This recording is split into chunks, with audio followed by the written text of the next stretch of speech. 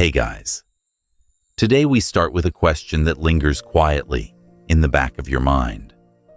What if the entire direction of your life wasn't shaped by giant leaps, by sudden breakthroughs, or by one dramatic turning point, but by the tiniest decisions you repeat when no one is watching? You picture your morning, reaching for your phone before you even open your eyes, brushing your teeth, grabbing coffee, scrolling for a few minutes before work. Small moves, ordinary choices. So familiar, you don't even notice them. Yet hidden inside them is the architecture of your future. And here's the cheeky reality check. You don't need a huge epiphany or a lightning bolt of motivation to change your life. You just need to shift the dial slightly, over and over, until the person you are today becomes unrecognizable to the one you used to be. So you imagine walking into a room, quiet, dim, no spotlight, no crowd, just you. There's no thunderclap of destiny. Instead, the change comes from what you choose to do in that quiet. Will you drink water or soda? Will you pick up a book or your phone? Will you move your body for 5 minutes or sink deeper into the couch? Each of these feels like nothing in the moment, but stacked together, they write your destiny. It's almost unfair. How can something so tiny shape something so enormous? Yet that's the paradox. Your habits, the atomic ones, shape everything. Think of it like compound interest. You already know money grows when you invest consistently. But here's the twist. Your habits work the same way.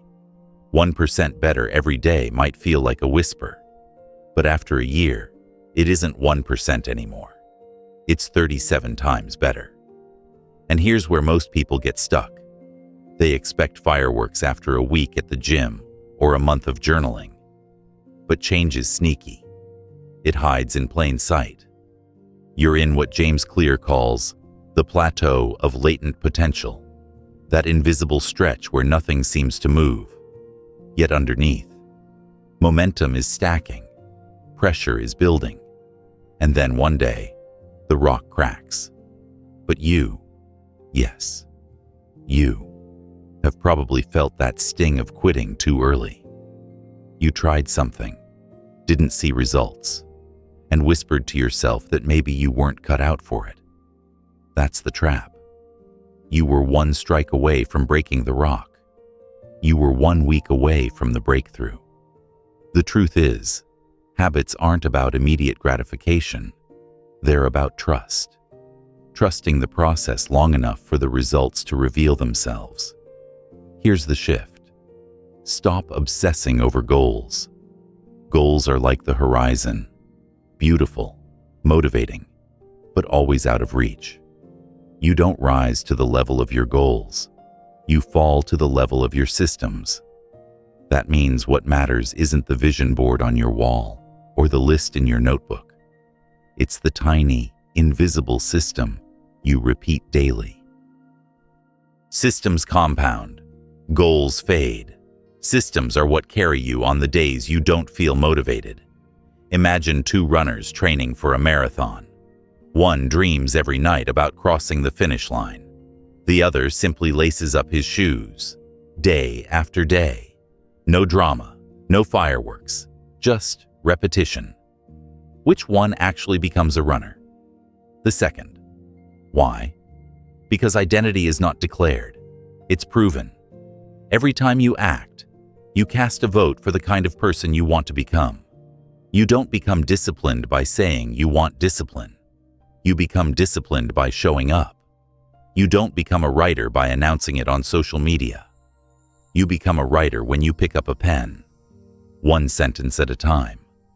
And here's something most people miss. Habits aren't chores. They're mirrors. Every habit you practice reflects the person you believe yourself to be. If you grab a salad instead of fries, you're telling yourself, I'm the kind of person who values health. If you open your notebook instead of Netflix, you're telling yourself, I'm the kind of person who creates. That vote may feel small, but votes accumulate. With enough votes, the identity sticks. Let's pause and get practical. Picture yourself standing at a crossroads. Two versions of your future self, pulling you in opposite directions. On one side, you keep indulging in tiny declines, snacking when you're bored, procrastinating on that project, skipping the gym because you're tired.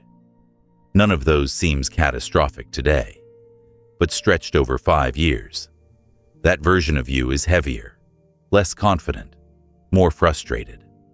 On the other side, you pick small wins, an apple instead of chips, a 5-minute walk, 1 page read before bed. Small, almost laughable, yet stretched over 5 years. That version of you is lighter, sharper, more resilient. Which path you end up on depends not on grand choices, but on micro-votes cast daily. And this isn't just theory. Remember the story of British cycling? For nearly a century, they were embarrassingly bad. So bad that bike companies wouldn't even sell to them. Then came a coach who believed in marginal gains. If you can't change everything overnight, change 1% everywhere. Adjust the bike seat for comfort. Test better massage gels for recovery. Paint the inside of the truck white to spot dust on equipment. Silly details, right? Yet compounded. These small adjustments transformed them into Tour de France champions. You see the pattern. Greatness isn't built in leaps. It's layered in tiny bricks. Now, maybe you're thinking, that's nice for athletes, but my life isn't the Olympics. And here's where you underestimate yourself. Every single person is playing a game where stakes are higher than medals. You're playing for health, for focus, for creativity, for relationships, for legacy. And in that game, your habits are your training ground. The breakfast you choose, the tone you take with loved ones, the way you spend those 20 minutes before bed, these are your practice sessions. They feel ordinary, but they're writing the future you'll live. So let's call out the elephant in the room. Most people don't fail because they lack knowledge.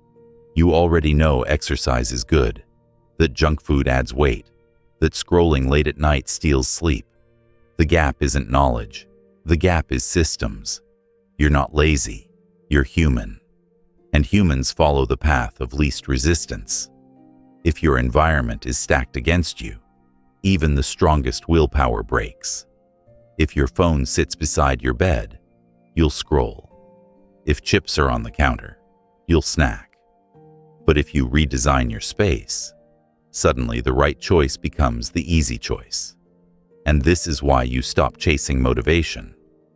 Motivation is like a sparkler, bright for a moment, gone the next. Systems are like an underground current, steady, invisible, always moving you forward. So ask yourself, what current are you building? Does your daily flow carry you toward the person you want to be, or away from it? Here's the mindset shift that changes everything. Think trajectory, not events. Publishing a book isn't success. Writing every day is. Losing 30 pounds isn't success. Eating healthy consistently is. Building a business isn't success. Showing up and serving customers day after day is. The results are milestones. The habits are the path, and the path matters more. So tonight, when you lay your head down, ask a simple question. What direction are my habits taking me? Not tomorrow, not someday, right now.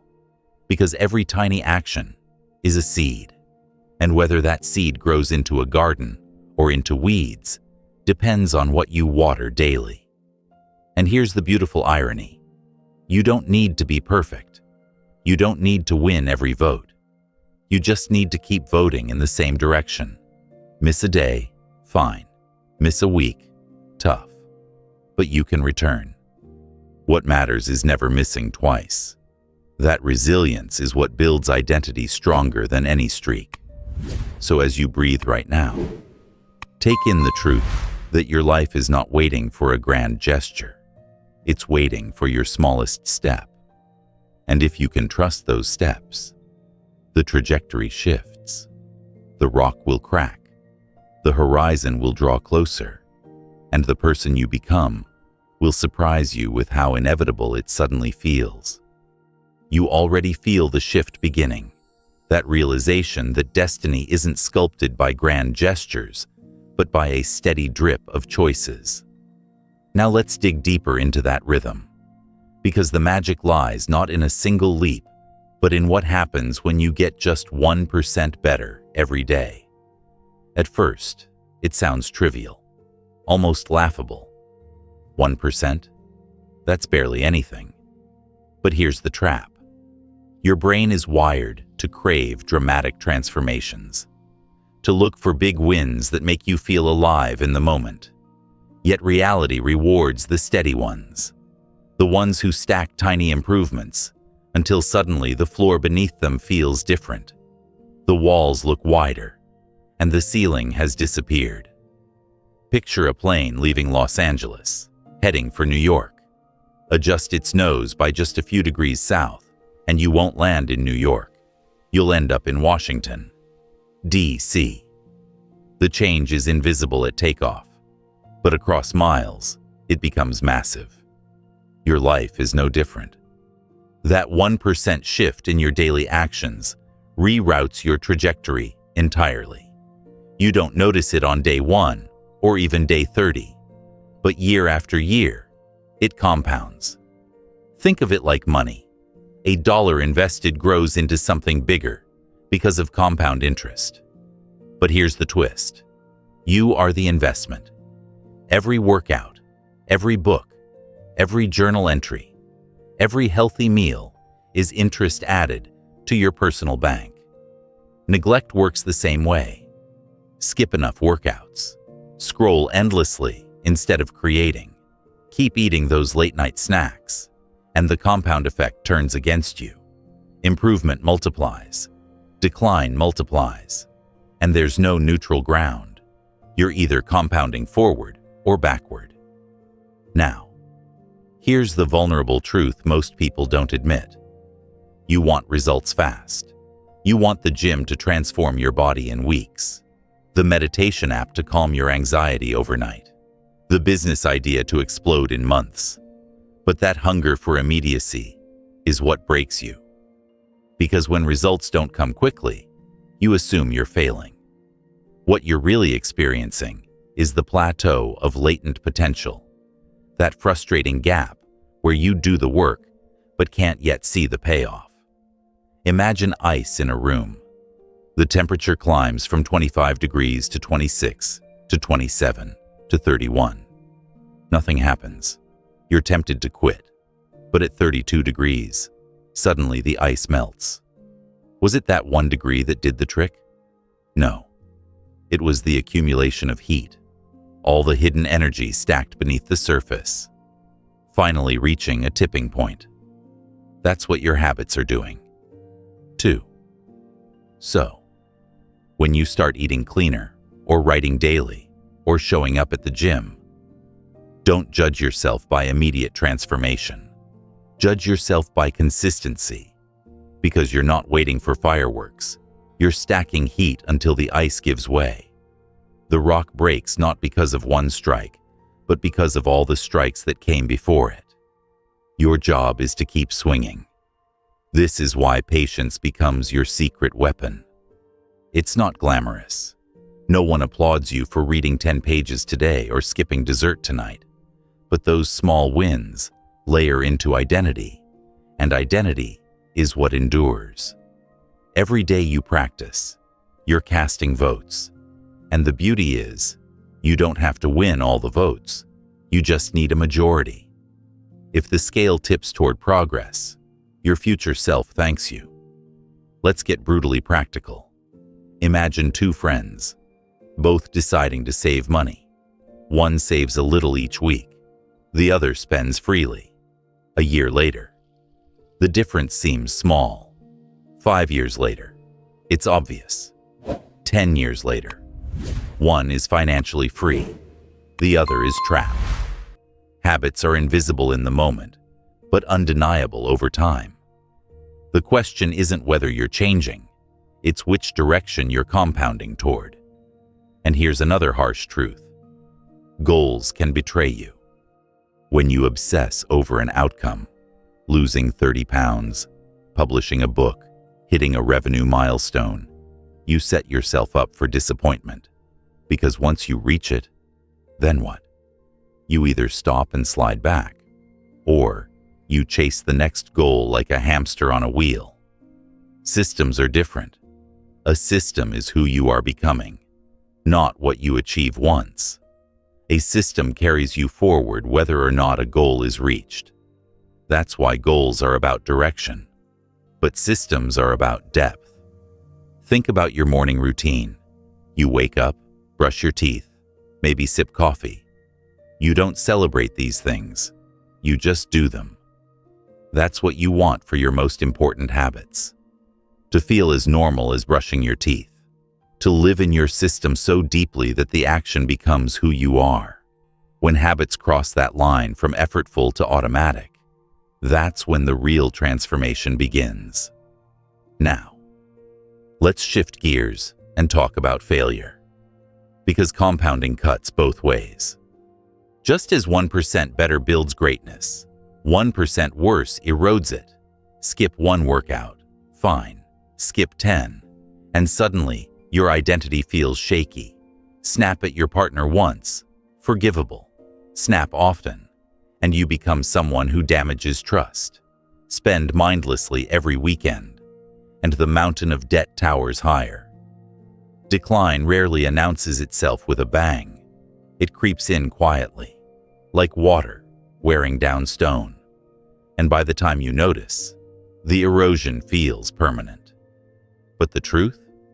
Just as 1% decline stacks against you, 1% improvement begins reversing the tide. No matter how far back you've slid, small steps forward still build momentum. Let me tell you a story. A man weighed over 300 pounds and had given up on change. Every diet failed, every workout plan abandoned. But one day, he made a pact with himself. He would go to the gym for 5 minutes and then leave. That's it. No sweat, no marathon sessions, just showing up. He did this daily. At first, it seemed ridiculous, even laughable. But weeks later, something shifted. 5 minutes became 10, 10 became 30. A year later, he had lost over 100 pounds.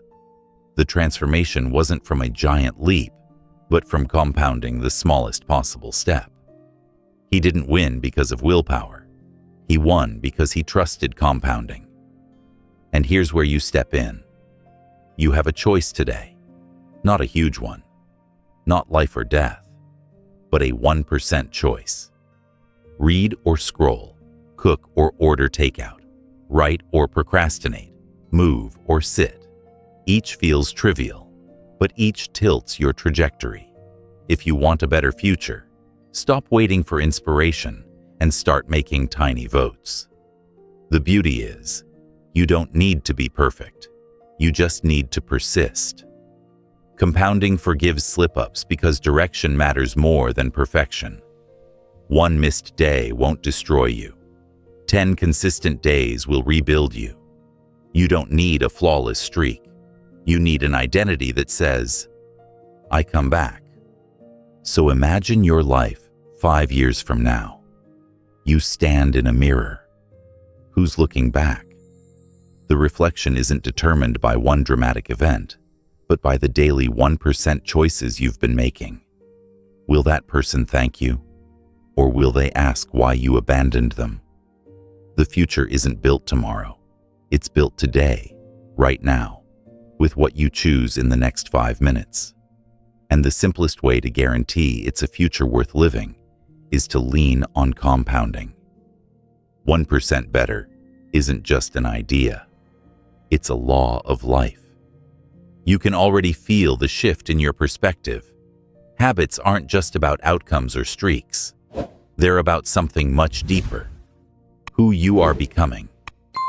Because here's the truth. Lasting change doesn't begin with behavior. It begins with identity. You might think you're just trying to lose weight, to read more books, or to save money. But under the surface, what you're really doing is trying to prove something to yourself. This is the kind of person I am. So, pause for a second. Think about the way you describe yourself, even casually. Maybe you've said, "I'm terrible with directions," or "I'm not a morning person," or "I just can't stick to diets." These aren't throwaway lines. They're quiet scripts that your brain takes as truth. And once you accept them, your actions fall in line. That's why you might set a goal, start strong, and then fall off. Because the identity underneath doesn't match the behavior you're forcing on top. Now, imagine flipping that. Instead of saying, "I want to run a marathon," you start saying, "I'm a runner." Instead of saying, "I want to quit smoking," you say, "I'm not a smoker." One is about an outcome you're chasing. The other is about an identity you've claimed. And identity beats outcome every time. Here's why. Every action you take is a vote for the type of person you believe yourself to be. When you write, you're voting to be a writer. When you lift weights, you're voting to be an athlete. When you call your friend to check in, you're voting to be someone who values relationships. And no, you don't have to win every vote. You just need enough to build momentum. You're not sculpting a statue. You're layering clay, piece by piece, until the shape emerges. But here's the tricky part. Your old identity clings to you like a shadow. If you've always been the messy one, cleaning your space feels foreign. If you've always been the procrastinator, showing up on time feels unnatural. And that's why most people struggle with change, not because they're weak, but because they're loyal to an outdated version of themselves. So let's talk about the 3 layers of change. The first layer is outcomes, what you want to achieve. The second layer is processes, what you do to achieve it. And the deepest layer is identity, who you believe you are. Most people focus on the surface. I want to lose weight.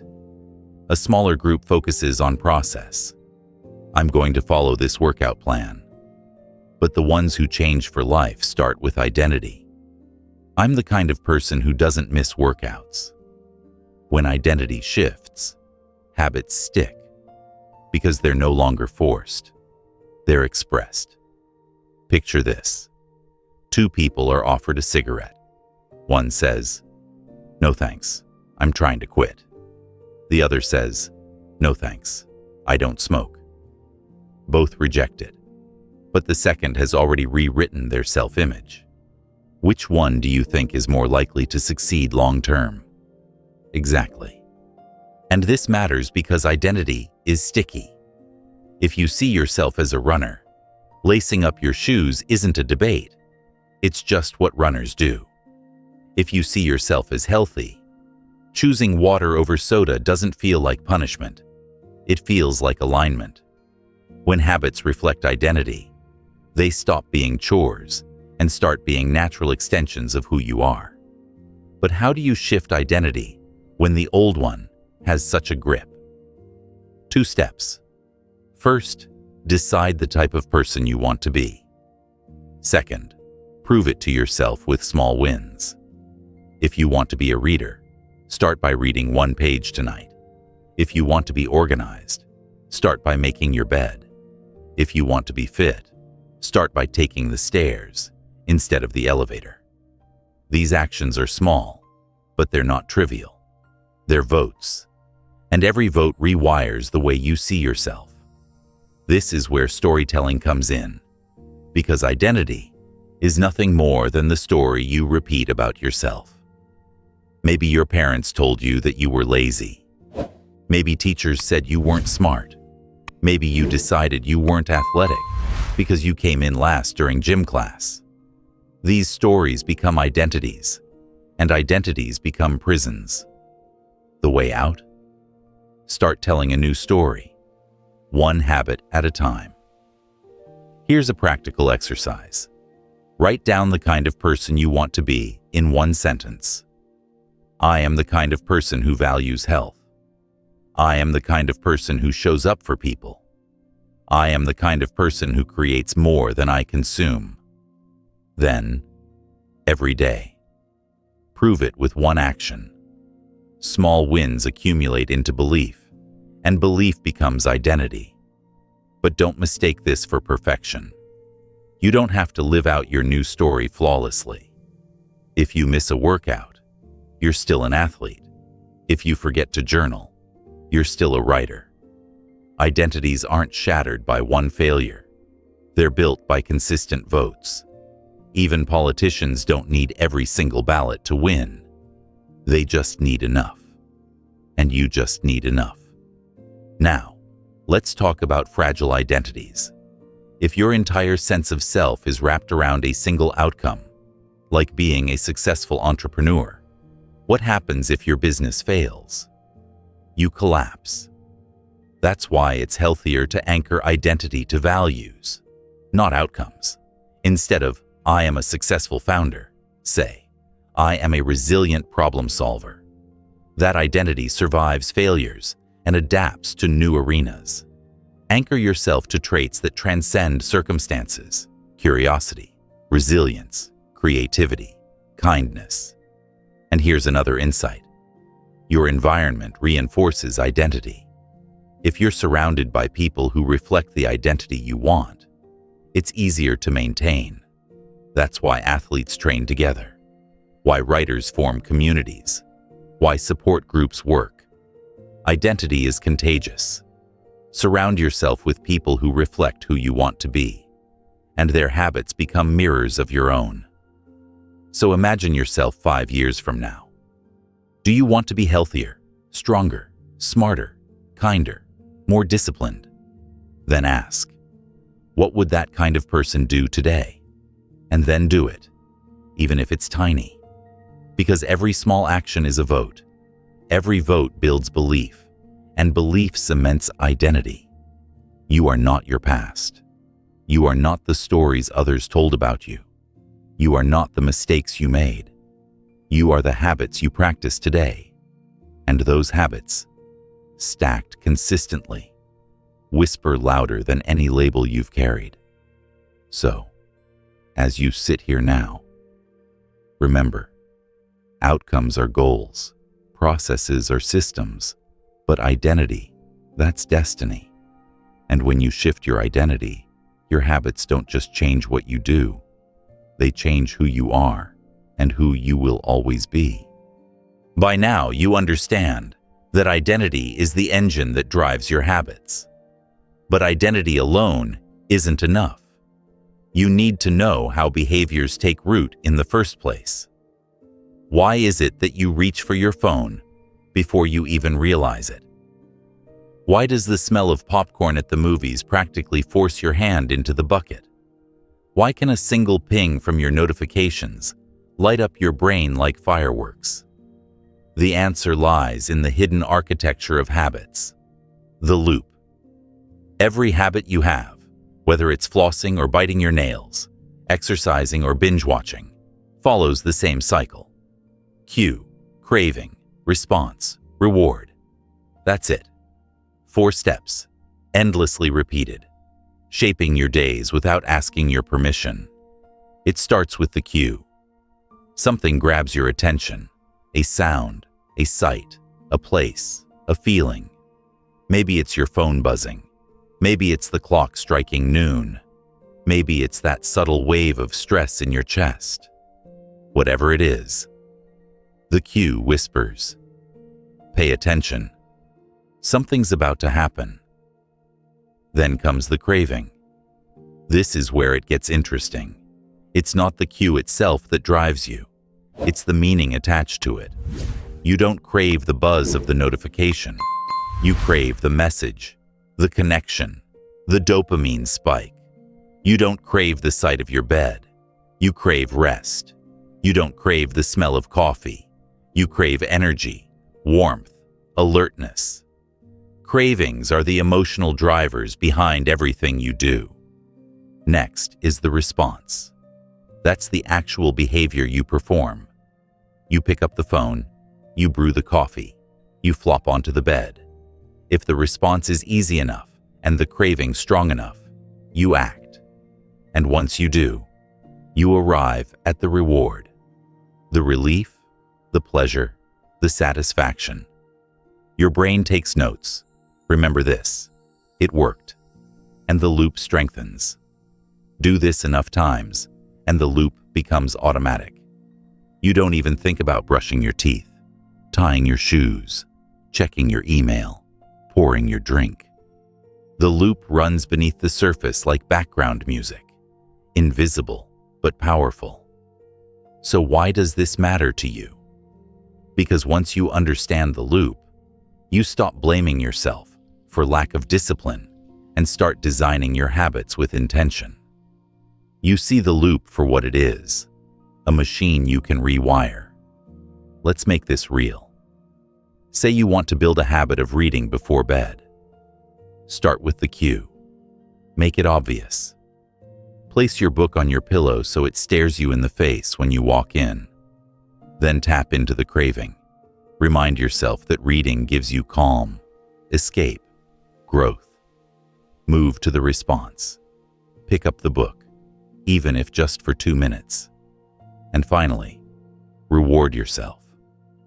Notice the sense of peace, the satisfaction of progress, the joy of turning a page. Do this enough times, and soon your brain links pillow with book, and the habit becomes as natural as breathing. Now flip it. Imagine you want to break a bad habit, like late-night snacking. The loop works here too. The cue might be boredom or stress. The craving is comfort. The response is grabbing chips. The reward is that fleeting taste and distraction. So how do you break it? Interrupt the loop. Remove the cue by not keeping chips in the house. Reframe the craving by finding another comfort. Tea, stretching, journaling. Replace the response with something healthier. And dull the reward by making the bad habit unsatisfying. Same loop, different design. Here's a hidden gem. Most of your habits weren't consciously chosen. You stumbled into them because of repeated exposure to cues. Maybe your parents always left the TV on during dinner, so now silence feels weird. Maybe your coworkers snack all afternoon, so you do too.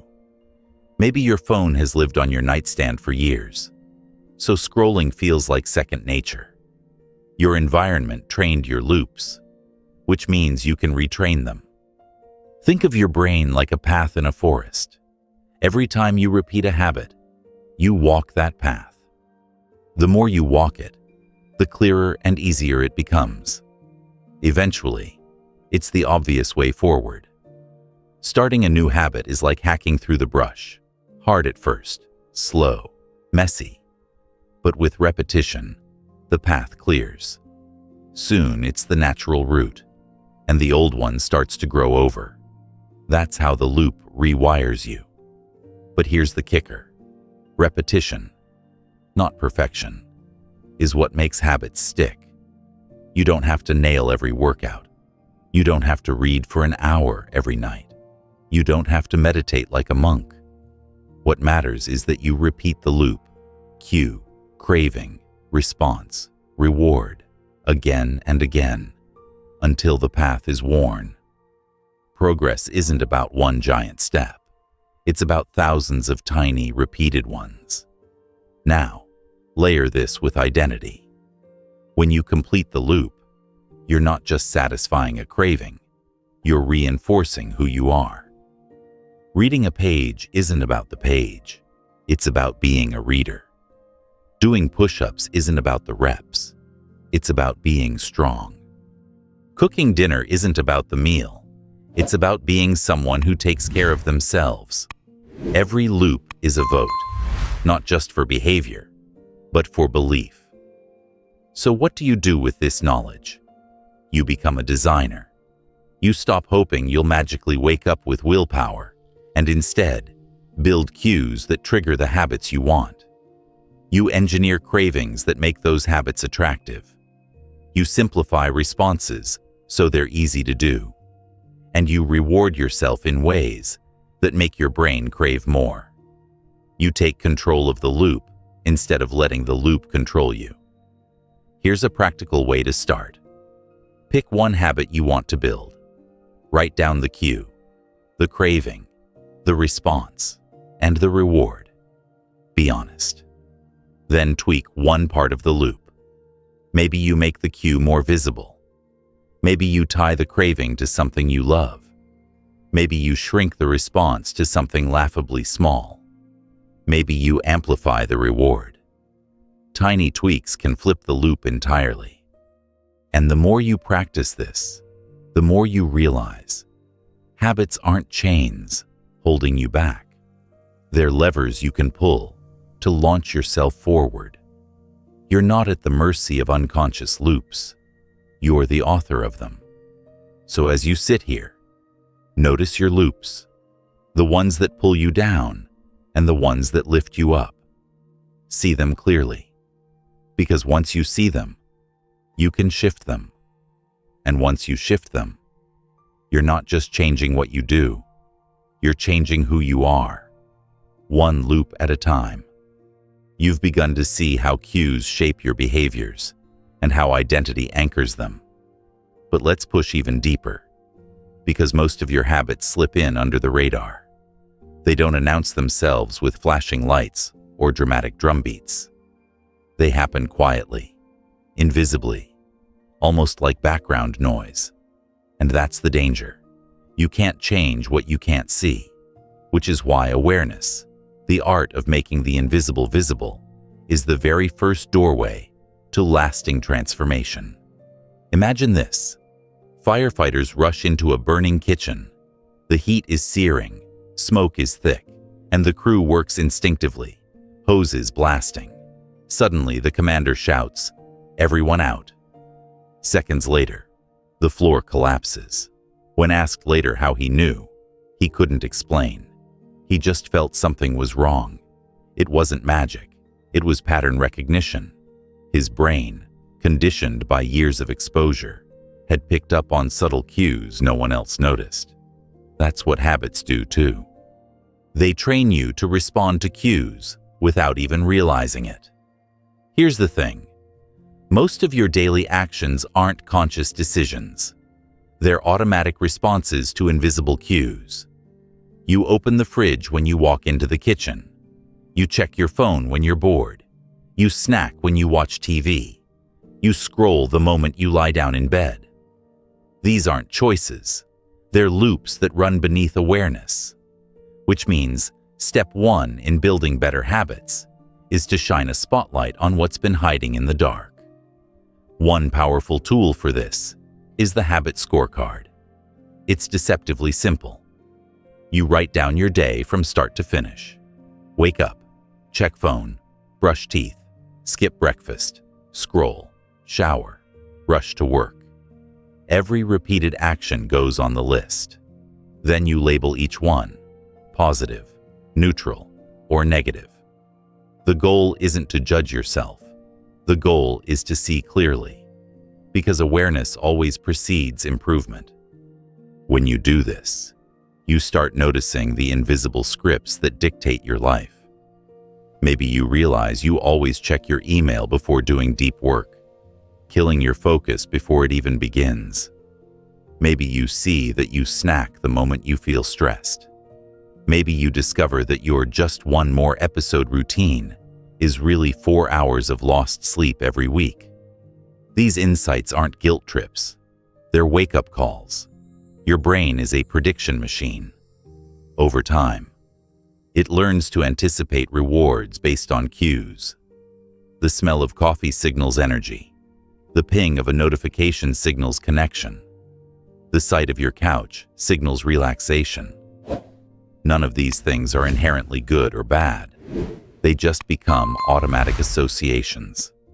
Which means, if you want to change your life, you don't need to overhaul your willpower.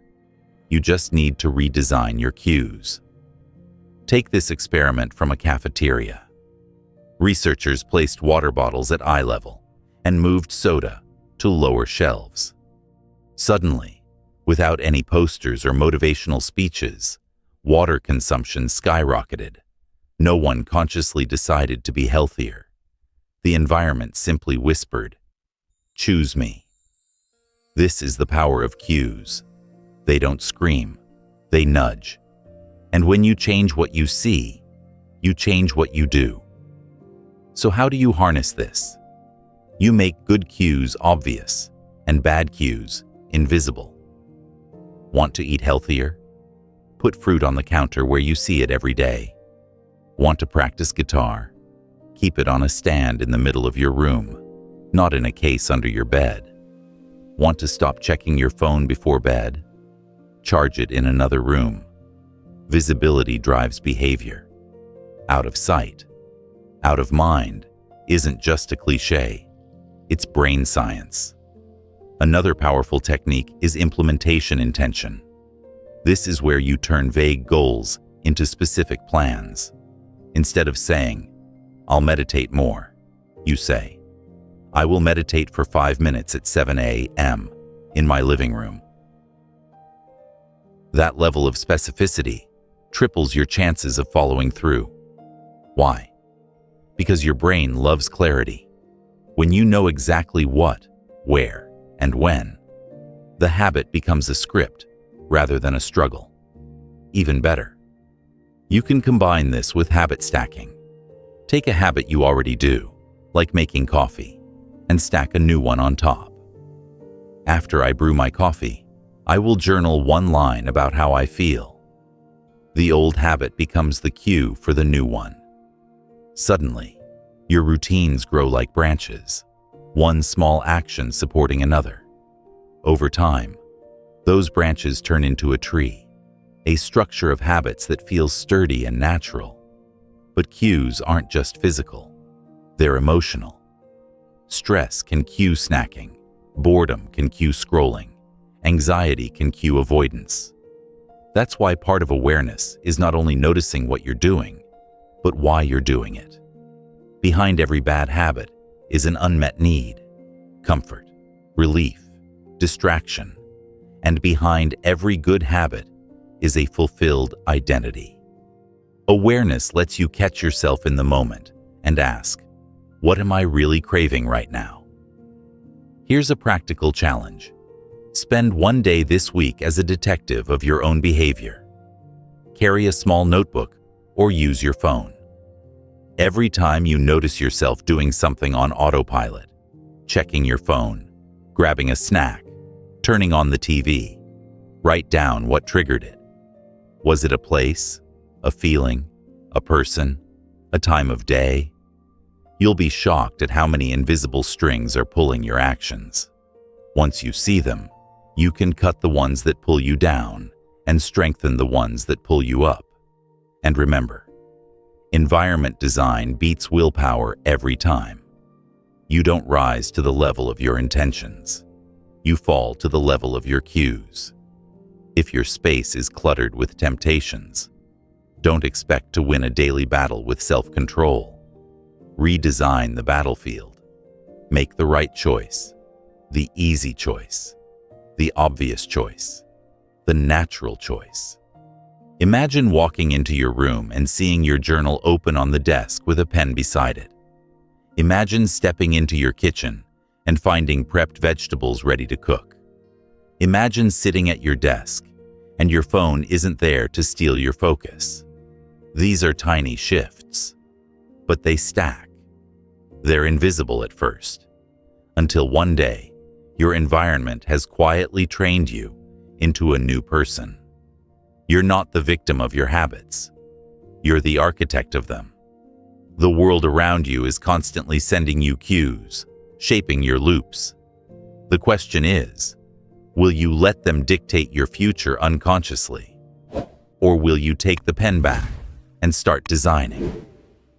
The first step to mastery isn't discipline, it's awareness. Because once you can see your patterns, you can change them. And once you change them, you're no longer living on autopilot. You're living on purpose. Look around your environment right now. Every object, every sound, every notification, each one is a silent vote, nudging you toward certain behaviors. You may think your willpower is what decides whether you pick up that cookie, scroll on your phone, or go for a run. But the truth is simpler and far more humbling. Your environment shapes you more than your motivation does. You've probably heard the phrase, motivation is overrated. And it's true. Motivation feels like a spark, powerful in the moment, but fleeting. Some days you wake up ready to conquer the world. Other days, even brushing your teeth feels like climbing a mountain. If you rely on motivation, you're on shaky ground. But environment? That's constant. It's the invisible hand guiding your daily choices, whether you notice it or not. Think about this. You walk into a room where apples sit in a bowl on the counter. Without a thought, you grab one. But if that bowl were filled with cookies instead, the outcome changes. Not because your values changed, but because your environment set the stage. It's not about being strong or weak. It's about what's within reach. The science is clear. What's obvious, available, and easy wins. This is why supermarkets place candy at the checkout lane. It's why streaming platforms autoplay the next episode. It's why social media apps bombard you with notifications. These companies understand what many people ignore. You don't need more willpower. You need better surroundings. Here's the liberating part. You can design your environment to make good habits easier and bad habits harder. If you want to read more, keep a book on your pillow. If you want to drink more water, place a full bottle on your desk. If you want to practice guitar, hang it on the wall where you can't miss it. And if you want to stop scrolling late at night, keep your phone in another room. It sounds simple, almost too simple. But simplicity is the point. This principle is called environmental priming. It's the art of setting up your space so that it gently guides you into the behaviors you want before you even realize it. Lay out your gym clothes the night before, and suddenly, the path to exercise is smoother. Prep your lunch in advance, and you've already made the healthy choice. The fewer decisions you leave to chance, the more likely your habits will stick. Now, let's make this practical. Think about the spaces you move through each day. Your bedroom, your kitchen, your workspace. Do they pull you toward your goals or away from them? If your desk is cluttered with distractions, focus becomes a battle. If your fridge is full of soda and snacks, eating clean feels impossible. If your living room is dominated by a giant TV, guess what you'll do most evenings? Environment isn't neutral. It's either helping or hurting you. One clever strategy is creating zones for specific behaviors. Have a chair where you only read, a desk where you only work, a table where you only eat, a bed strictly for sleeping. Why? Because your brain loves context. When you sit in the reading chair, your mind slips into reading mode. When you lie in bed, your body prepares for rest. Over time, these associations become automatic. You're not forcing discipline, you're building grooves. But what if your space is small, or you share it with others? You can still take control. Even small tweaks matter. A single drawer dedicated to healthy snacks. a pair of headphones that signal focus, a ritual, like lighting a candle before journaling, that tells your brain, we're in this mode now. The scale doesn't matter. The intention does. And let's not forget your digital environment, your phone, your laptop, your apps, their environments too. If your home screen is cluttered with social media icons, you'll click them on autopilot. If your notifications are always pinging, your focus will always fracture. Try moving distracting apps off your home screen. Turn off non-essential notifications. Clean your desktop. Digital clutter drains you as much as physical clutter. Here's a subtle but powerful shift. Stop blaming yourself for lack of discipline. If your environment constantly tests your willpower, of course you'll give in eventually. Self-control isn't about being stronger. It's about removing the fight altogether. The people who seem most disciplined aren't superheroes. They're just smart architects of their surroundings. They don't face endless temptation because they've already designed it out of their lives. Think of your environment as a stage, and you as the actor. If the props are wrong, the play won't go the way you want. But when the stage is set correctly, the performance flows naturally. You don't have to fight for every line. You just step into the role. So, here's your challenge. Walk through your spaces today with fresh eyes. Ask, what habit does this cue encourage? What behavior does this setup invite? If you don't like the answer, redesign the space. Put healthy food in sight. Hide junk food out of reach. Place your running shoes by the door. Remove the remote from the coffee table. Fill your digital world with cues that pull you toward creativity and growth, not distraction and regret. Remember, you don't rise to the level of your goals. You fall to the level of your environment. Build wise. You've been taught to think of self-control like a muscle, that some people are born with more of it, that if you just grit your teeth hard enough, you'll resist the cookie, the cigarette, the endless scroll. But here's the inconvenient truth. Even the strongest muscle fatigues.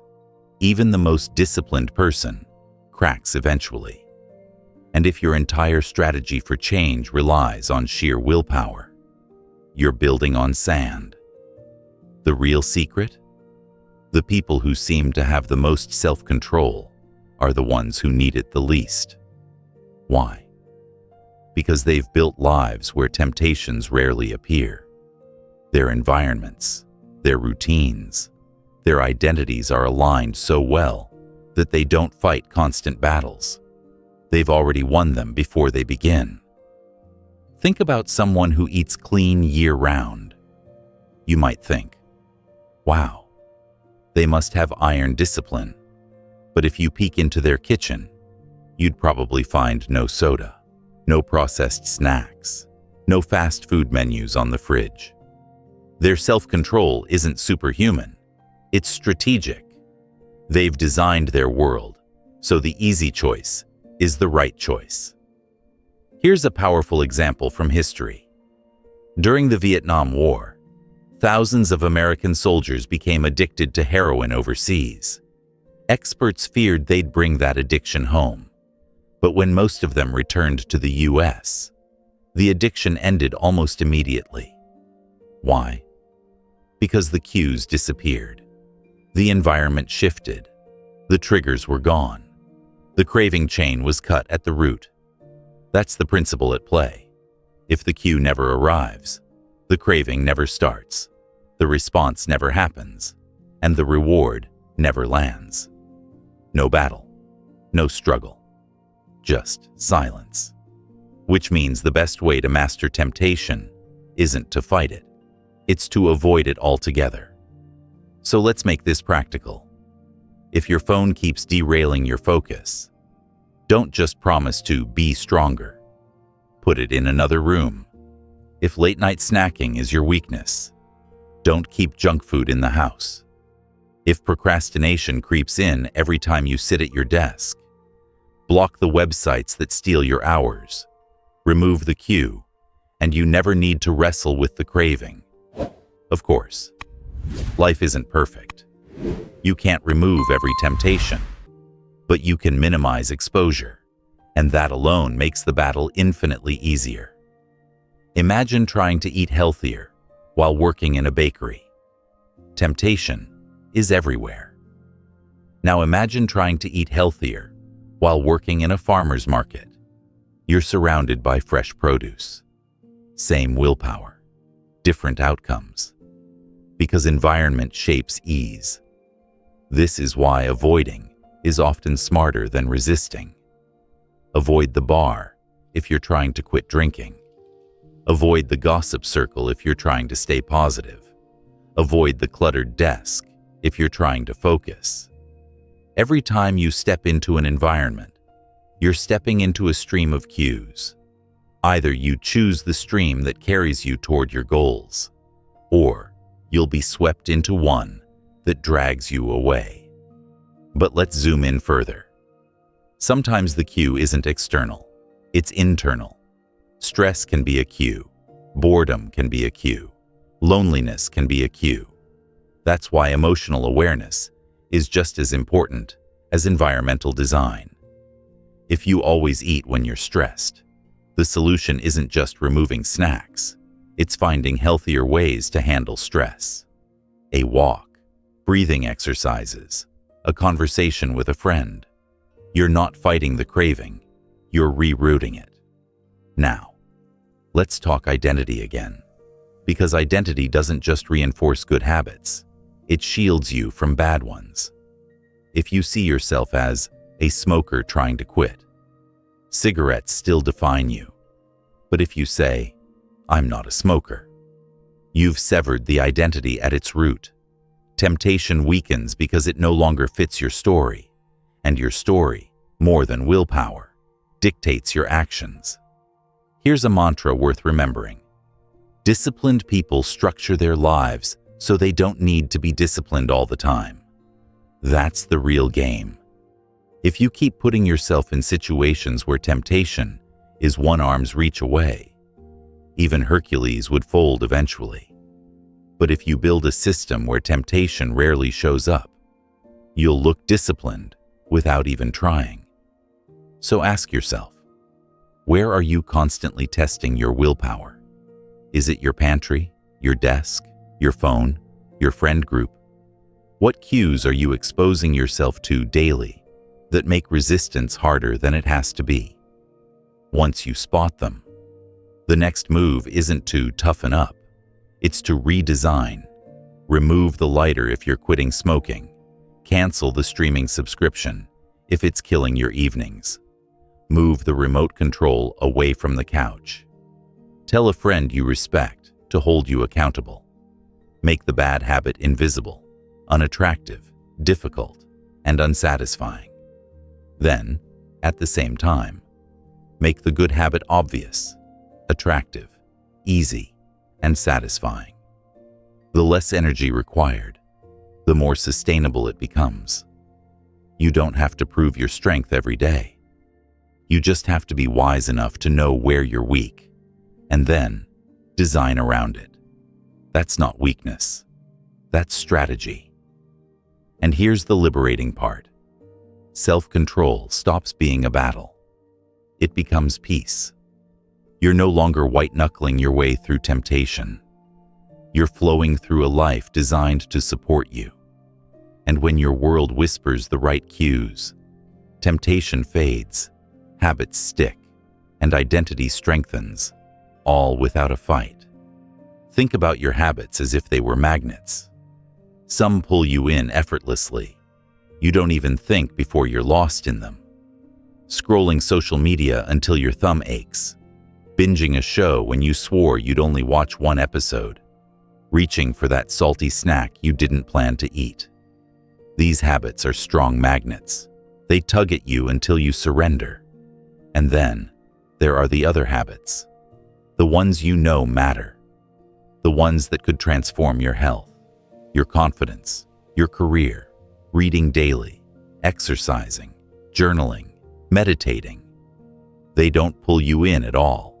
In fact, they feel like you're dragging yourself uphill with bricks tied to your ankles. Why does this happen? Why is it so easy to fall into habits that harm you and so hard to stick with the ones that help you? The answer is attraction. You don't repeat behaviors simply because they're good or bad. You repeat them because they're irresistible. Every habit begins with a cue, but the cue alone doesn't drive you. It's the craving that follows, the emotional promise of relief, reward, or satisfaction that sparks the behavior. You don't crave brushing your teeth. You crave a fresh mouth and social confidence. You don't crave checking a notification. You crave the connection, the dopamine hit, the reassurance that you matter. You don't crave a salad. You crave the health, energy, or body image that salad symbolizes. This is where most people go wrong. They think discipline alone sustains habits, but discipline without desire feels like punishment. Habits stick when they're magnetic. And here's the secret.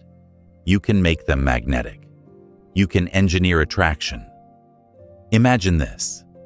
You want to run more often, but every time you think about lacing up, your brain resists. So you decide to create a rule. You can only listen to your favorite podcast while running. Suddenly, running isn't just running anymore. It's the gateway to something you enjoy. This is temptation bundling. You pair something you need to do with something you want to do. Laundry with your favorite show. Cleaning the kitchen with upbeat music. Journaling with a warm cup of coffee from your favorite mug. The attractive behavior becomes tied to the productive one. Instead of fighting your cravings, you're hijacking them in your favor. And the effect compounds. Eventually, your brain begins to crave the productive habit itself because it anticipates the reward that follows. The treadmill becomes your personal cinema. The journal becomes your gateway to calm. The salad becomes your passport to pride. Another way to boost attraction is to build rituals that add pleasure to the beginning of a habit. Let's say you light a candle before journaling, play an energizing playlist before lifting weights, or savor a luxurious tea before diving into deep work. These rituals aren't the habit itself. They're the spark that makes your brain look forward to the habit. It's like giving yourself a starter gift. Your brain begins associating the ritual with something enjoyable. So, when the ritual happens, the craving for the habit kicks in. You're no longer dragging yourself into action. You're easing into it with excitement. Words shape perception. Perception shapes attraction, and attraction shapes action.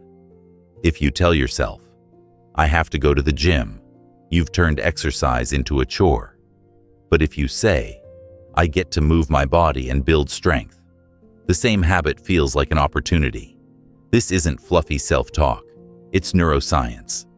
Your brain tags experiences as pleasurable or painful based on how you frame them. "I need to" triggers resistance. "I get to" creates desire. The more you frame habits as gifts, the more attractive they become. We're not just pulled by pleasure, we're pulled by people. Humans are natural imitators. We mirror the laughter of our friends, the slang of our culture, the behaviors of our peers. Which means one of the fastest ways to make a habit irresistible is to surround yourself with people who already live it. Join a running group where sweating is celebrated. Write alongside other writers who share their drafts. Surround yourself with people who treat healthy eating as joy, not sacrifice. Soon, you're not just craving the habit itself, you're craving belonging. You want to fit in, to be part of the tribe. And when the tribe values growth, you value growth. This is why accountability partners and communities are so powerful. The attraction isn't just about dopamine. It's about identity, belonging, and status. And those are cravings strong enough to rewire your life. Habits are not just about external rewards. They're about emotional experiences. Think about the last time you skipped a workout and felt guilty, or the time you journaled and felt proud, or the moment you cooked a healthy meal and felt empowered. Those emotions stick. They color the habit.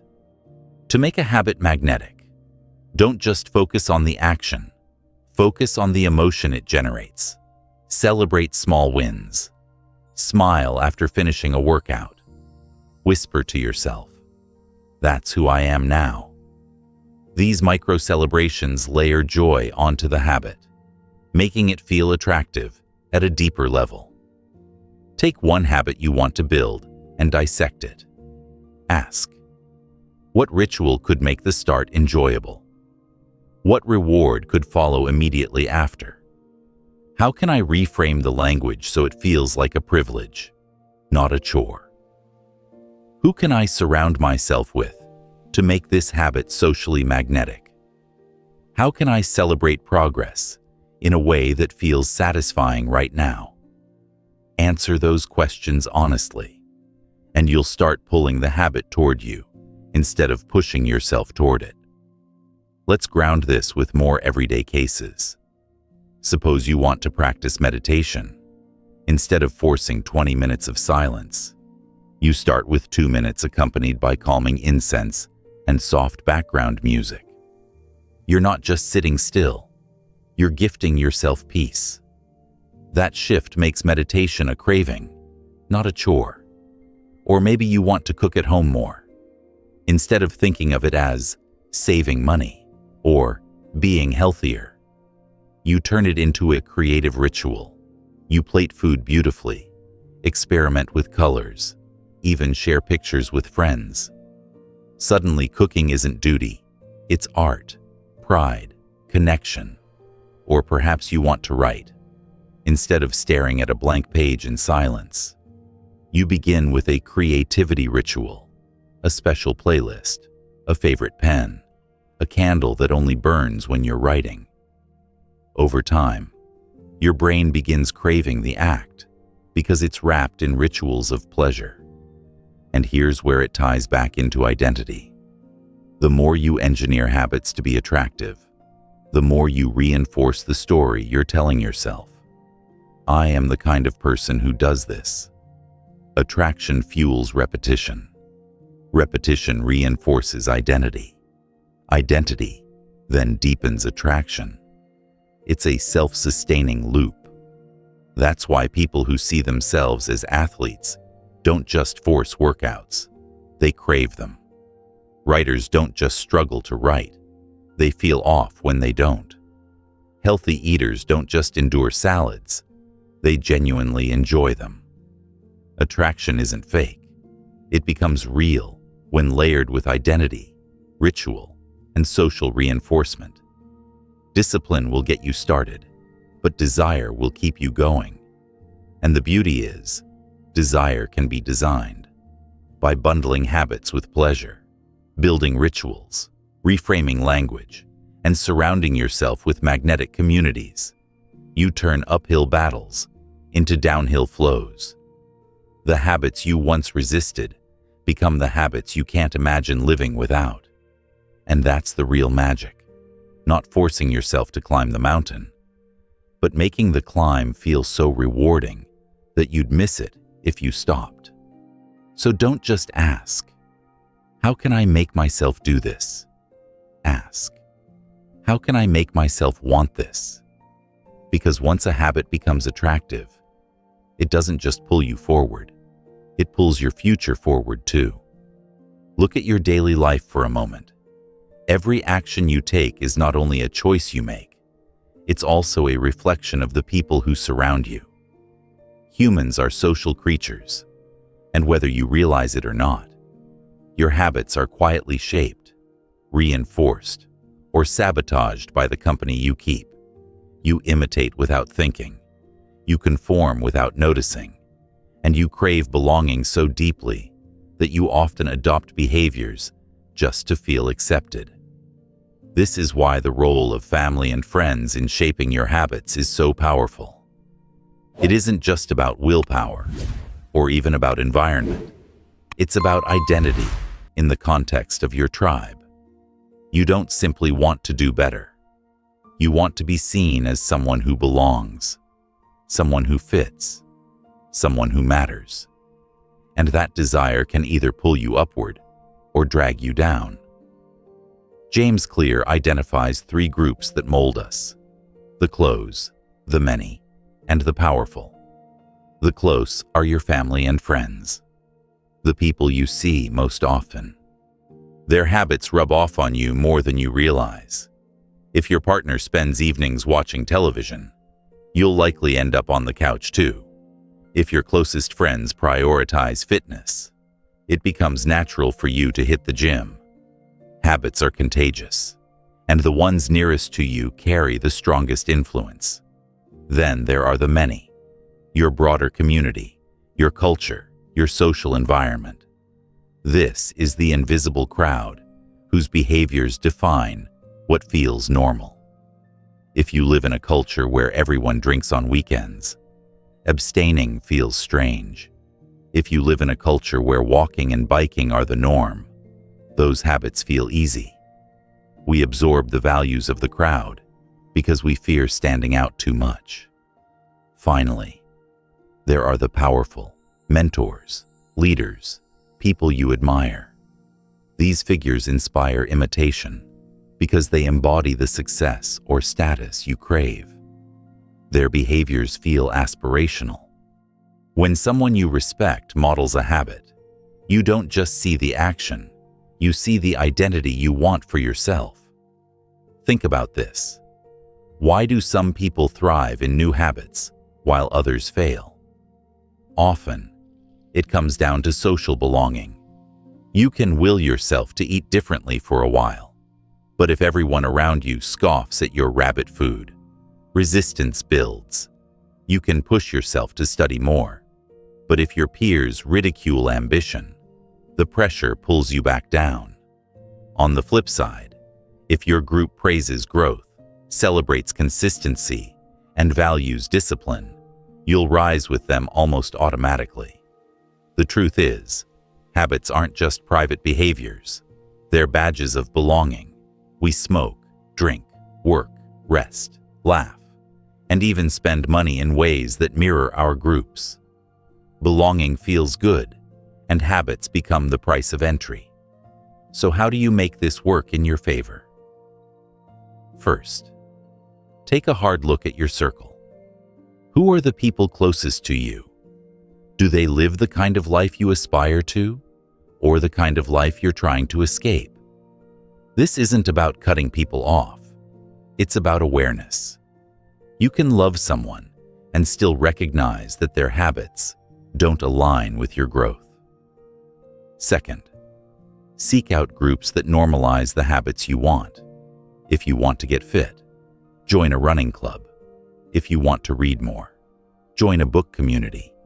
If you want to learn business, surround yourself with entrepreneurs. When the tribe does it, it stops feeling like effort. It feels like identity. Third, find accountability partners. Someone you respect enough not to disappoint. When you share your goals with another person, you raise the stakes. You're no longer just breaking a promise to yourself. You're breaking it to them. That pressure isn't negative. It's motivating. You move not just for yourself, but for the bond you've created. Imagine 2 smokers trying to quit. One keeps hanging out with the same smoking buddies. The other spends time with people who have already quit. Which one has the better odds? Not because one is stronger, but because one has a group identity to back them up. Or picture a young writer. If she's alone, she struggles to keep the habit alive. But if she joins a writing group that shares work every week, suddenly she craves the identity of being one of the writers. Her tribe reinforces her behavior, and the habit becomes magnetic. Even in families, the dynamic is powerful. If a household eats fast food daily, one member trying to eat healthy feels isolated. But if the whole family decides to cook together, the identity shifts. The habit becomes shared, celebrated, and sustainable. Of course, the flip side is just as real. Toxic environments can sabotage you without you realizing it. If your circle laughs at discipline, mocks ambition, or dismisses healthy choices, you'll constantly feel torn.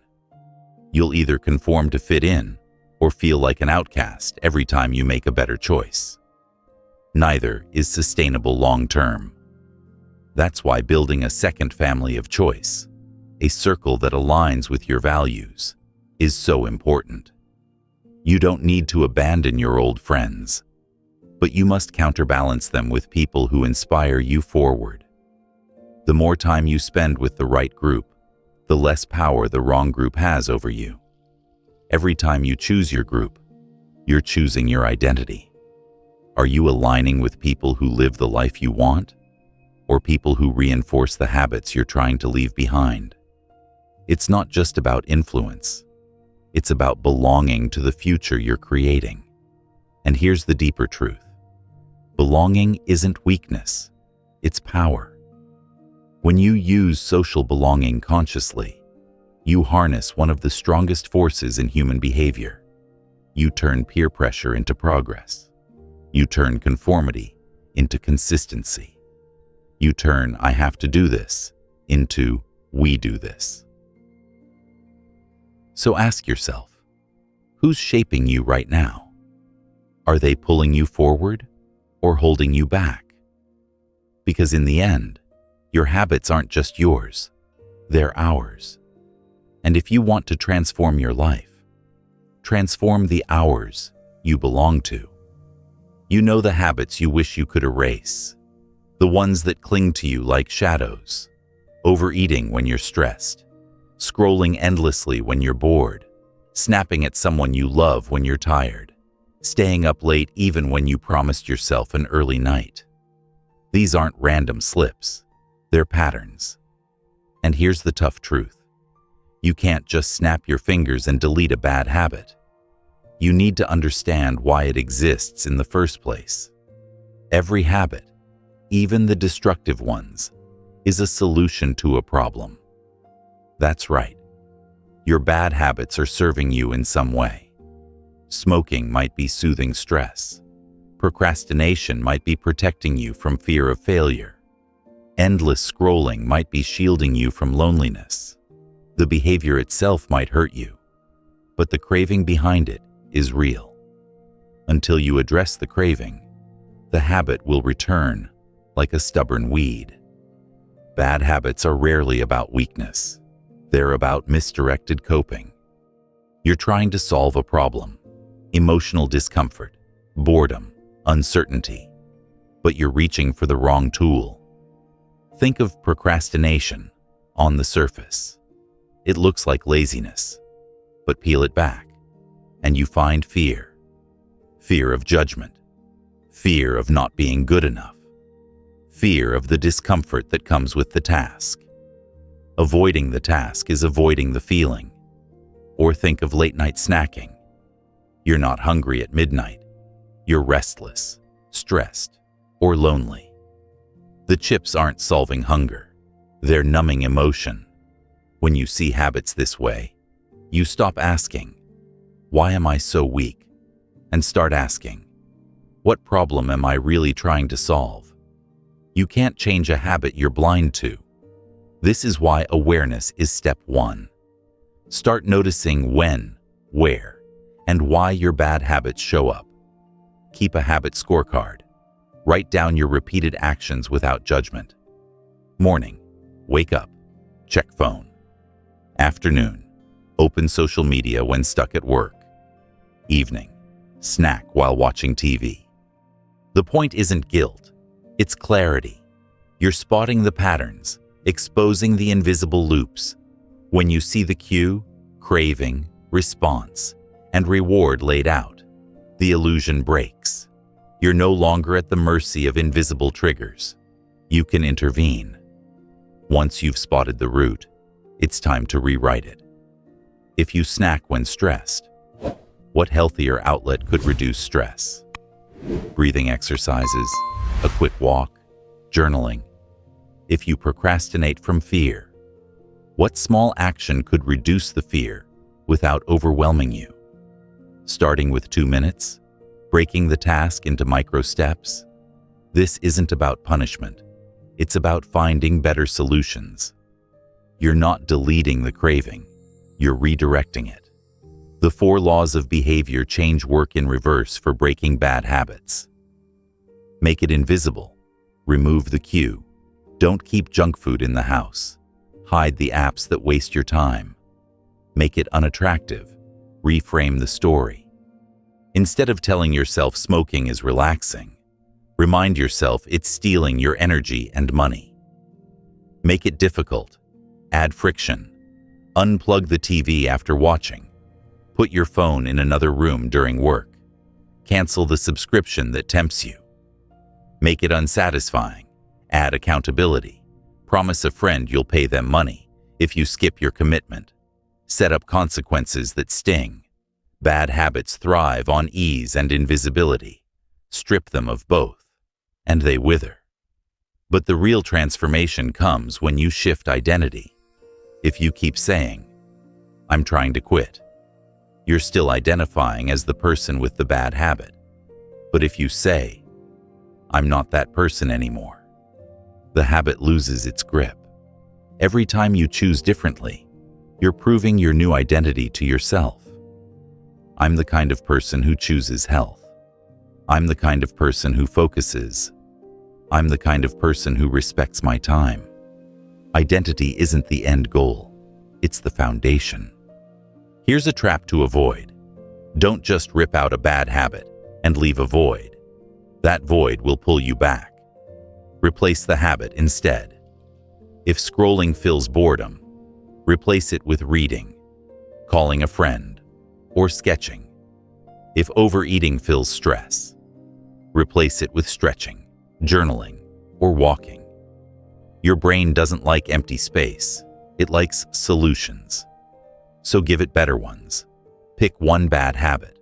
Write down the cue, the craving, the response, and the reward.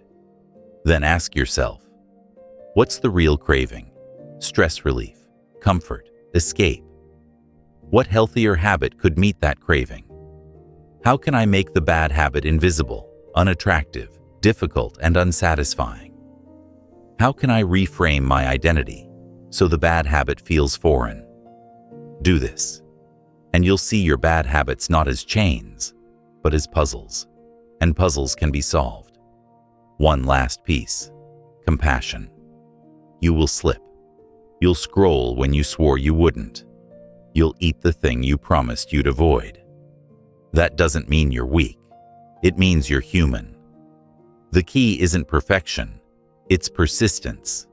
Each time you catch yourself, each time you choose differently, you're writing a new story. Breaking bad habits is less about discipline and more about design, less about shame and more about curiosity. You're not fighting yourself, you're reprogramming yourself. And that process, slow as it may feel, is progress. Because every time you resist the old habit and replace it with a better one, you cast another vote for the person you're becoming. And eventually, the old version of you, the one clinging to destructive loops, fades into the past, replaced by someone freer, stronger, and more intentional. Picture yourself walking down a long path. The horizon stretches far ahead, and your steps feel small, almost insignificant. You wonder if you'll ever reach the destination. Then you remember, it isn't about sprinting or leaping, it's about direction. The mantra whispers back to you, walk slowly but never backward. Progress doesn't have to be flashy. It doesn't have to impress anyone. It just has to keep moving forward. In a world obsessed with quick hacks, overnight success stories, and dramatic transformations, this principle feels almost radical, yet it's the heart of lasting change. You don't need explosive breakthroughs to redesign your life. You need consistency, the quiet force that builds resilience, strength, and identity. Think about how many times you've tried to change something with a surge of intensity. A new year rolls around, and you promise to go to the gym every day. A deadline looms, and you decide to pull an all-nighter to catch up. For a moment, the energy feels powerful, but soon the flame burns out. Intensity is thrilling but fragile. Consistency is humble but unstoppable. The truth is, success isn't about what you do once in a while. It's about what you do most of the time. A single workout doesn't make you fit. A single salad doesn't make you healthy. A single hour of writing doesn't make you a writer. It's the repeated action, layered day upon day, that creates transformation. Now, let's get real. You will slip. You'll miss a workout. You'll skip a journaling session. You'll procrastinate on an important task. That's the first mistake. And the first mistake is inevitable. Life will get in the way. But the real danger isn't the first mistake, it's the second. Missing once isn't the end of your habit. Missing twice can be the beginning of its death. This is why the mantra, "never miss twice," matters so much. It's not about perfection. It's about resilience. If you fall once, you get back up immediately. You don't let a slip become a slide.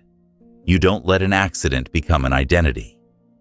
There's a concept that pairs beautifully with this idea: the non-zero day. It means no matter how small, you do something. Even if you can't manage the full workout, you do 5 push-ups. Even if you can't write a chapter, you jot down a sentence. Even if you can't meditate for 20 minutes, you take 3 deep breaths. It's not about intensity. It's about keeping the flame alive. The psychology here is simple but powerful. When you keep the chain unbroken, even with small actions, you preserve your identity. You're still the kind of person who shows up. And that identity is far more important than the size of the effort. Consistency and identity are inseparable. When you see yourself as someone who shows up, the behavior becomes natural.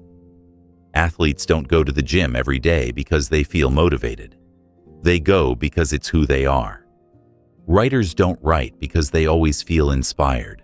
They write because it's what they do. The habit isn't just an action, it's a reflection of identity.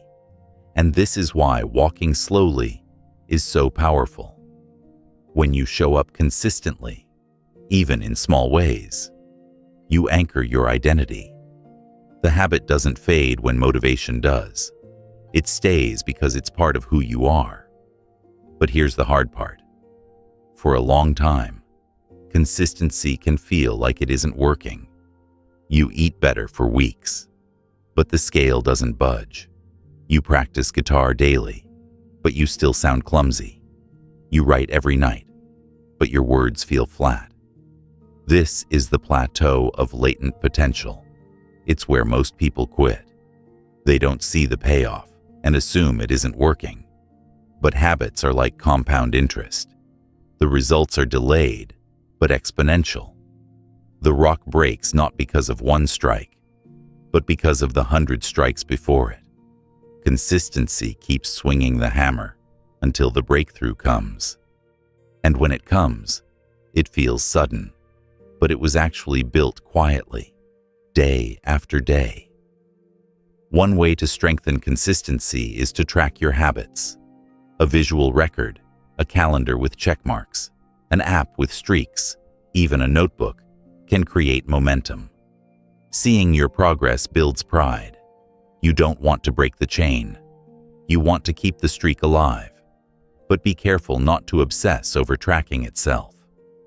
The goal isn't the tracker, it's the habit. If you get sick and can't run, but you stretch for 2 minutes, it still counts. The streak is alive because the identity is alive. You're still the kind of person who moves, who shows up, who takes action. Think of professional athletes. They don't crush every workout. They don't set personal bests every day. They practice fundamentals. They show up. They repeat. The glory of the medal or the championship is built on thousands of ordinary days. Or think of a musician. The performance on stage looks magical.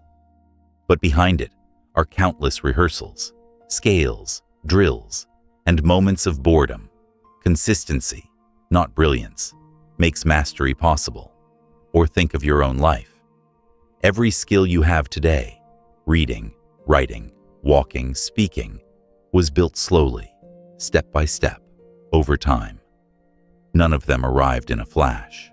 All of them grew through practice. The hardest part of consistency isn't the work, it's the patience. It's believing in the process when you can't yet see the results. It's forgiving yourself when you slip and refusing to spiral. It's remembering that slow doesn't mean stagnant and small doesn't mean meaningless. You don't need perfection. You need persistence. You don't need intensity. You need continuity. You don't need to be extraordinary. You need to be consistent. So, take this principle with you. Walk slowly, but never backward. Don't chase quick fixes or punish yourself for slips. Don't expect fireworks from every effort. Instead, commit to showing up, again and again, no matter how small the step. Because in the long run, it's not the speed of your progress that matters. It's the direction. One day, you'll look back and realize those small, slow, steady steps built something monumental. And you'll know the truth. Consistency wasn't just a tool. It was your superpower. Why do you keep slipping into the habits you swore you'd avoid, while the good ones, those that could genuinely change your life, always feel like such a climb? The answer hides in one simple truth. Humans are wired to choose the path of least resistance. Your brain is an energy saver. It doesn't want the hard way. It wants the easy way. And that preference shapes almost every choice you make.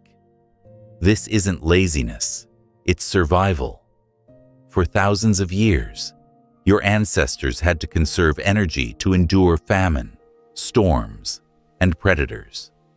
Wasting effort could mean death. So your brain evolved to love convenience, shortcuts, and efficiency. In the modern world, that instinct hasn't disappeared. It's just been hijacked by an environment full of fast food, endless scrolling, and on-demand entertainment. Here's the principle. When faced with two options, people will gravitate to the one that requires the least energy. That's why you open Netflix instead of reading. That's why you grab takeout instead of cooking. That's why you scroll instead of writing. The easy option isn't better, it's just closer. So, if you want to change your behavior, stop trying to be more disciplined. Instead, redesign the path. Make good habits effortless and bad habits inconvenient. That's the law of least effort. Imagine water flowing down a hill. It doesn't argue about direction. It doesn't need motivation. It simply follows the path of least resistance. Your habits work the same way. Add friction to a behavior, and it slows. Remove friction, and it flows. This is why small design tweaks in your environment can radically shift your life. Put a book on your pillow, and reading becomes the easy choice. Keep your guitar on its stand in the middle of the room, and practicing feels natural. Lay out your workout clothes the night before, and exercising in the morning is no longer a mental battle. On the flip side, if you want to break a habit, add friction. Move the junk food to the top shelf. Delete apps from your home screen. Unplug the TV. Suddenly, the easy option is no longer so easy, and your brain starts looking for alternatives. Supermarkets discovered that placing fruit at eye level increases sales without anyone noticing. Cafeterias boosted water consumption by rearranging bottles to be more accessible. Countries with opt-out organ donation systems have dramatically higher participation rates than those with opt-in systems, not because people care less, but because the default option is easier. None of these shifts required pep talks, motivational posters, or willpower. They worked because they changed the path of least resistance. So, what does this look like in your life? Start with one good habit you want to build. Then ask yourself, how can I reduce the number of steps between me and the action? Want to exercise? Put your gym shoes by the door. Want to drink more water? Keep a full bottle on your desk. Want to write more? Keep your journal open on the table, not hidden in a drawer. Want to eat better? Prep veggies in advance so they're ready to grab. Each small tweak lowers resistance. The easier the start, the more likely the action. Better still, make good habits automatic. Set up direct deposits to savings accounts. Schedule workouts on your calendar. Use reminders to nudge you at specific times. When something is automated, it no longer requires choice. And choice is often where resistance sneaks in. One-time decisions can also lock in long-term benefits. Buy a supportive mattress and sleep improves nightly without extra effort. Set up a filter on your fridge and drinking water becomes the default. Cancel the subscription to a streaming service and you automatically reclaim time. These single changes reshape your environment for months or years to come. Now flip the lens. For every bad habit, ask, how can I add steps, delays, or annoyances? If you waste hours on your phone, put it in another room during work. If you overspend online, delete saved credit cards from your browser. If you snack too much, store food in opaque containers instead of clear ones. When a habit becomes harder, even by seconds, you'll do it less. You don't need to eliminate willpower struggles.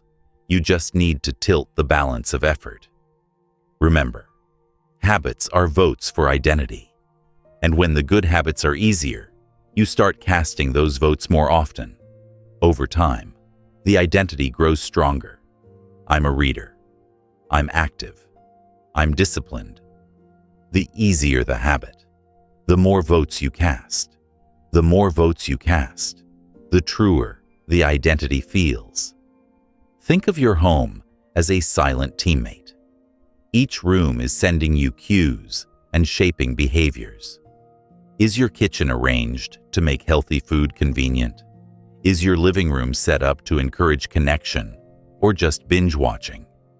Is your workspace designed to invite focus? Or is it cluttered with distractions? By reshaping your spaces, you stop fighting uphill battles. Your environment begins working for you, not against you.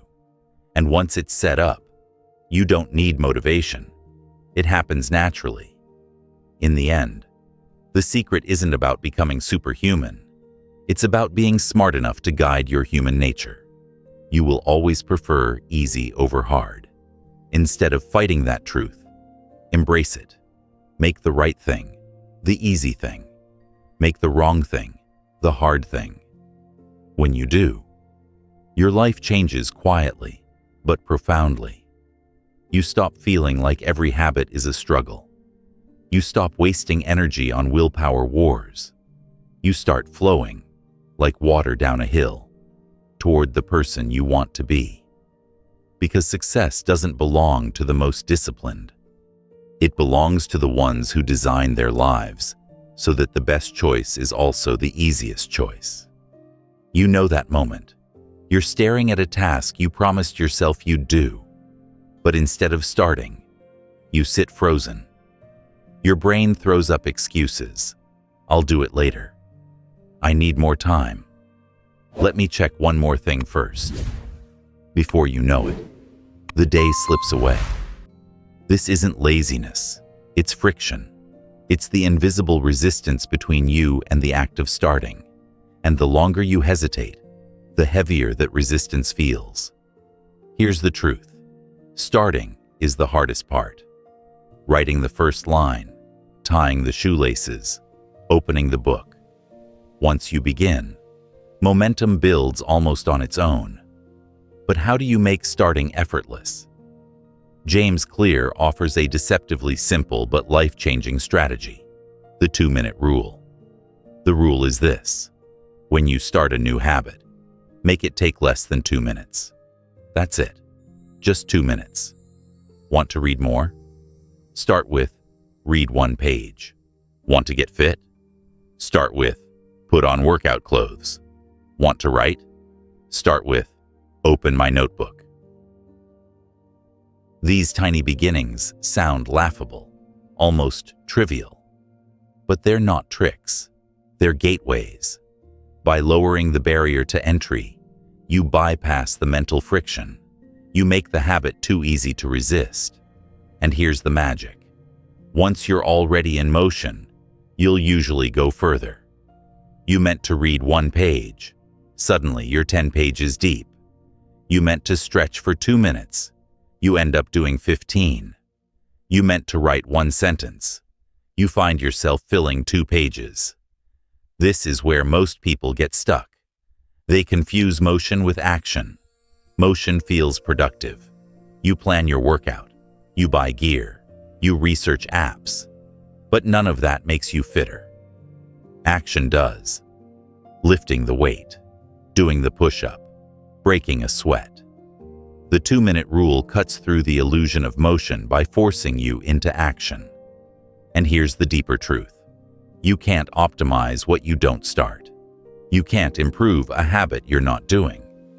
2 minutes gets you in the game. It's not about finishing the marathon.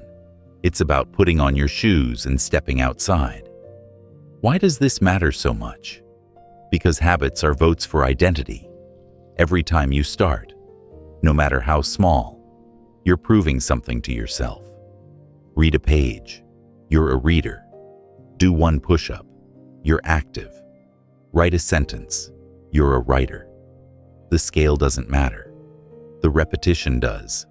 Over time, those votes accumulate until the identity feels inevitable. There's the man who lost over 100 pounds. How did he start? Not with extreme diets or 2-hour workouts. He simply committed to going to the gym, but staying only 5 minutes. That's it. For weeks. He'd arrive, walk on the treadmill, and leave. It seemed pointless, but it wasn't. He was proving to himself, I'm the kind of person who goes to the gym. Eventually, staying longer felt natural. His body transformed, but more importantly, his identity transformed. Or think of a writer who sets out to create daily. Instead of demanding 1,000 words, she begins with opening her notebook every evening. Some nights she writes just a line. Other nights, entire chapters spill out. The difference isn't discipline, it's entry. By removing friction, she kept the chain alive. Take any habit you want to build, then shrink it down to a 2-minute version. Meditate, sit on the floor and close your eyes. Run, put on running shoes. Study, open your notebook. Read, place a book on your pillow and read 1 line. Declutter, throw away 1 item. These micro habits don't just make starting easy, they make consistency inevitable. And consistency is the soil where transformation grows. Now, some people resist this idea. 2 minutes? That's not enough. That's pathetic. But that's the wrong lens. The 2-minute rule isn't about lowering standards forever. It's about establishing identity and momentum. You're not committing to 2 minutes of exercise for life. You're committing to the ritual of showing up. Once the ritual is alive, expansion follows naturally. Think of it like laying a single brick. By itself, it's small, but brick after brick, the wall grows. Without that first brick, the wall never exists. Here's another twist. You can use the 2-minute rule in reverse. Want to break a bad habit? Make the first 2 minutes painful. For example, if online shopping drains your wallet, delete your saved cards, so buying requires entering details each time. That friction adds just a minute or two, but it's enough to disrupt impulse. If scrolling consumes hours, log out so you have to type your password every time. Suddenly, the start feels heavy, and the habit weakens. The beauty of the 2-minute rule is that it turns habits into rituals. Putting on running shoes becomes a ritual that says, "I'm an athlete." Opening your notebook becomes a ritual that says, "I'm a creator." Sitting on the meditation cushion becomes a ritual that says, "I'm someone who cultivates calm." The ritual is the real habit. The bigger action is just the extension, because once you're in motion, everything shifts. A body in motion tends to stay in motion. A mind engaged tends to stay engaged. The hardest part is the beginning. Once you're rolling, the rest flows. And 2 minutes is all you need to roll. So, the next time you feel stuck, staring at a mountain of resistance, ask yourself, what's the 2-minute version of this? Start there. Start small. Start now. And let momentum do the rest. Because the truth is, transformation isn't built on giant leaps. It's built on tiny starts.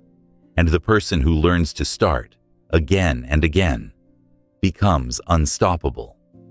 Think about how easy it is to sink into a couch, grab the remote, and hit play on a show. Within seconds, you're in episode 1. Minutes later, the platform auto-rolls you into episode 2, then 3, until hours slip by. Did you plan it? Not really. It happened because the path was frictionless. The habit was designed to be inevitable. Now imagine if the same seamless design existed for your best habits, the ones that actually make you proud. What if good choices were set up to be automatic, and bad choices were locked behind barriers? That's the heart of this section, making good habits inevitable and bad habits nearly impossible.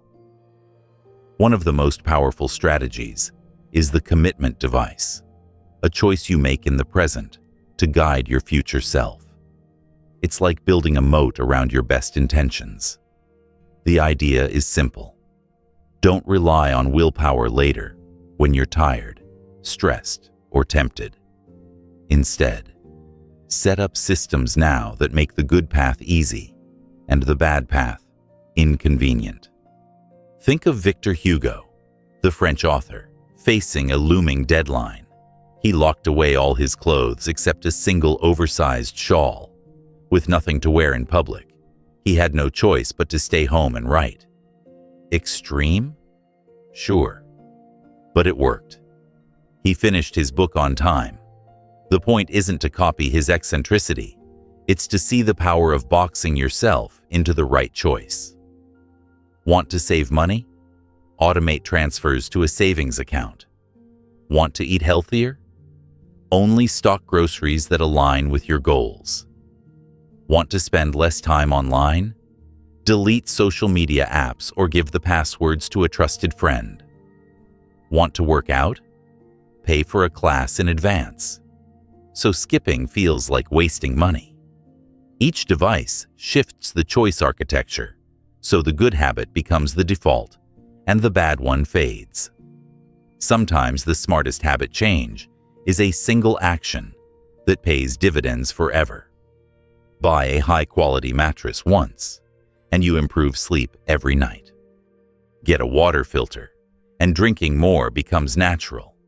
Rearrange your living room so the guitar is always visible, and practice feels like an invitation. These one-time decisions don't just set up habits, they hardwire them into your environment. The beauty here is sustainability. You don't need to fight yourself daily. You just need to design once, and then let the system carry you forward. Here's the paradox. The same friction that makes good habits hard can be repurposed to block the bad ones. Want to watch less TV? Unplug it after use, so turning it on requires effort. Want to snack less? Store treats in hard-to-reach places, or stop buying them altogether.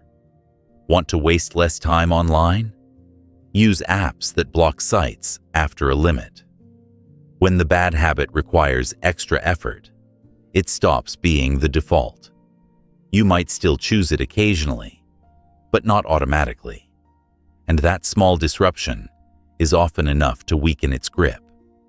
By now, you've seen that environment design is more powerful than raw discipline.